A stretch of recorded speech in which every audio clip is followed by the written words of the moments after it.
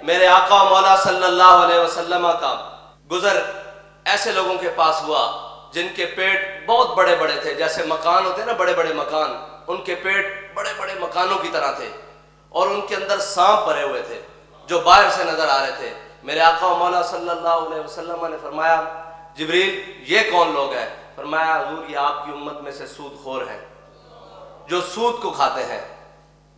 آپ مجھے بتائیں کہ جب پوری ریاست کا نظام سود کے اوپر چل رہا ہو، اس میں کبھی برکت آ سکتی ہے؟ کتنی سخت وعید ہے۔ اللہ تعالیٰ نے فرمایا جو سود کھاتا ہے وہ اللہ اور اس کے رسول سے اعلان جنگ کرتا ہے۔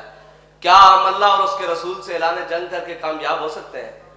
ہم اوپر لاکھ ورق چڑھائیں نا ساری باتوں کے کہ جناب ہم اسلامی جمہوریہ پاکستان، اور نیچے تمام معاملات لین دین سے لے کر ایک سوئی کے خریدنے سے لے کر اوپر عالمی سطح کے معاہدوں تک ساری باتوں میں سود شامل ہو، کیا ہم کامیاب ہو سکتے ہیں؟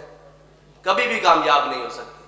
اور اگر وہ کہتے تھے کہ جی لوگ دنیا سود کا کاروبار کرتی ہے، ہمارے قائد فرماتے تھے کہ دنیا کے لیے وہ اصول نہیں ہے، قرآن ہمارے لیے اترا ہے، دنیا کے لیے نہیں اترا۔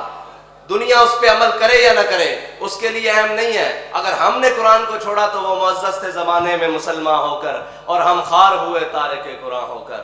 قرآن کو چھوڑ کر ہم یہ کہیں کہ ہماری معیشت نہیں چلتی، کیا معیشت درست ہو گئی ہے؟ کیا معیشت درست ہو جائے گی؟ کبھی بھی نہیں ہوگی۔ جب تک میرے آقا و مولا صلی اللہ علیہ وسلم کے فرمان پر عمل نہیں کیا جائے گا، کبھی بھی معیشت درست نہیں ہو سکتی۔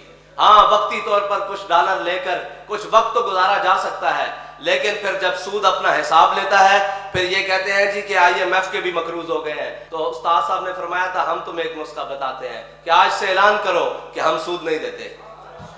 حقیقت پیسے تب دیں گے جب ہمارے پاس ہوں گے۔ اس وقت ملک ہمارا خسارے میں ہے، بھاگ جاؤ، ہم سود نہیں دیتے۔ فرمایا تھا اگر ہم سے مانگنے آئیں گے وہ پیسے کہ ہمیں دو، تو ہم کہیں گے ان سے نکلواؤ جنہوں نے آپ سے پیسے لیے۔ ہماری قوم کے لیے تو کوئی خرچ نہیں ہوئے پیسے، بلکہ وہ پیسے تو جناب سوئس بینکوں میں چلے گئے، وہ پیسے تو جناب لندن اپارٹمنٹس میں چلے گئے، وہ پیسے تو جناب سرے محل میں چلے گئے، اور وہ پیسے تو جناب زرداری ہاؤس کے اوپر خرچ ہو گئے۔ قوم کو کیا ملا؟ قوم کے لیے نہیں۔ تو اگر پاکستان کے اندر حقیقی معیشت کا نظام درست کرنے کے لیے کوئی مخلص ہے تو سب سے پہلے سود کا نظام ختم کرنا ہوگا، اور سود کے نظام کی موجودگی میں کبھی بھی پاکستان کی معیشت ترقی نہیں کر سکتی، اور اللہ اور اس کے رسول سے جنگ کر کر ہم کبھی بھی ترقی نہیں کر سکتے۔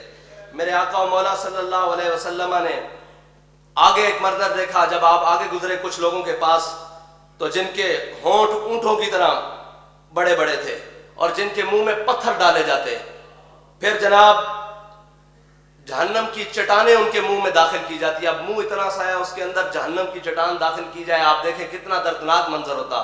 جب وہ پھٹ جاتے، ٹوٹ جاتے، پھر دوبارہ صحیح ہو جاتے، پھر دوبارہ نئی چٹان داخل کی جاتی۔ میرے آقا و مولا صلی اللہ علیہ وسلم نے پوچھا کہ جبریل یہ لوگ کون ہیں؟ انہوں نے عرض کی یا رسول اللہ یہ آپ کی امت میں سے وہ لوگ ہیں جو یتیموں کا ناحق مال کھاتے تھے، جو یتیموں کے بیواؤں کے پلاٹوں پر قبضہ کرتے تھے، جو یتیموں اور بیواؤں کے کوٹوں پر قبضہ کرتے تھے، جو بیت المال کے اندر زکوٰۃ کے نام پر کرپشنز کرتے تھے، یہ وہ لوگ ہیں۔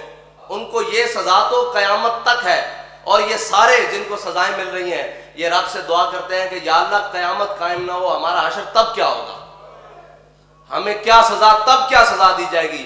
یہ منظر وہاں سے لے کر قیامت تک ہے، اور قیامت کے بعد انہیں دائمی جہنم ملے یا میرے آقا مولا صلی اللہ علیہ وسلم کی شفاعت ملے، یہ تو ایک بات کی بات ہے، لیکن اس دوران جو اللہ تعالیٰ نے عذاب مقرر کیا ہے اس کے اوپر میرے آقا مولا صلی اللہ علیہ وسلم جب معراج کے سفر سے واپسی آئے تو آ کر کہا کہ میں راتوں رات مسجد حرام سے بیت المقدس، پھر لامکاں، پھر سارے معاملات۔ تو جب قریش کے سامنے یہ بات آئی تو انہوں نے ماننے سے انکار کر دیا۔ ابو جہل بھاگا۔ یہ کافروں اور منافقوں کا کام ہوتا ہے کہ جب بھی کوئی اچھی بات سنی تو دائیں بائیں کان لگائے کہ جی یہ بات سچی ہے یا نہیں۔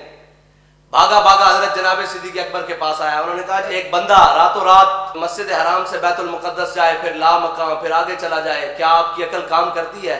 قربان جاؤں حضرت صدیق اکبر پر۔ پوچھا یہ کہا کس نے ہے، یہ بات کہی کس نے ہے؟ اس نے کہا کہ یہ بات آپ کے آقا و مولا صلی اللہ علیہ وسلم نے کہی ہے۔ حضرت صدیق اکبر فرمانے لگے اگر میرے آقا و مولا صلی اللہ علیہ وسلم اس سے بھی بڑی بات کرے تو صدیق ماننے کے لیے تیار ہے۔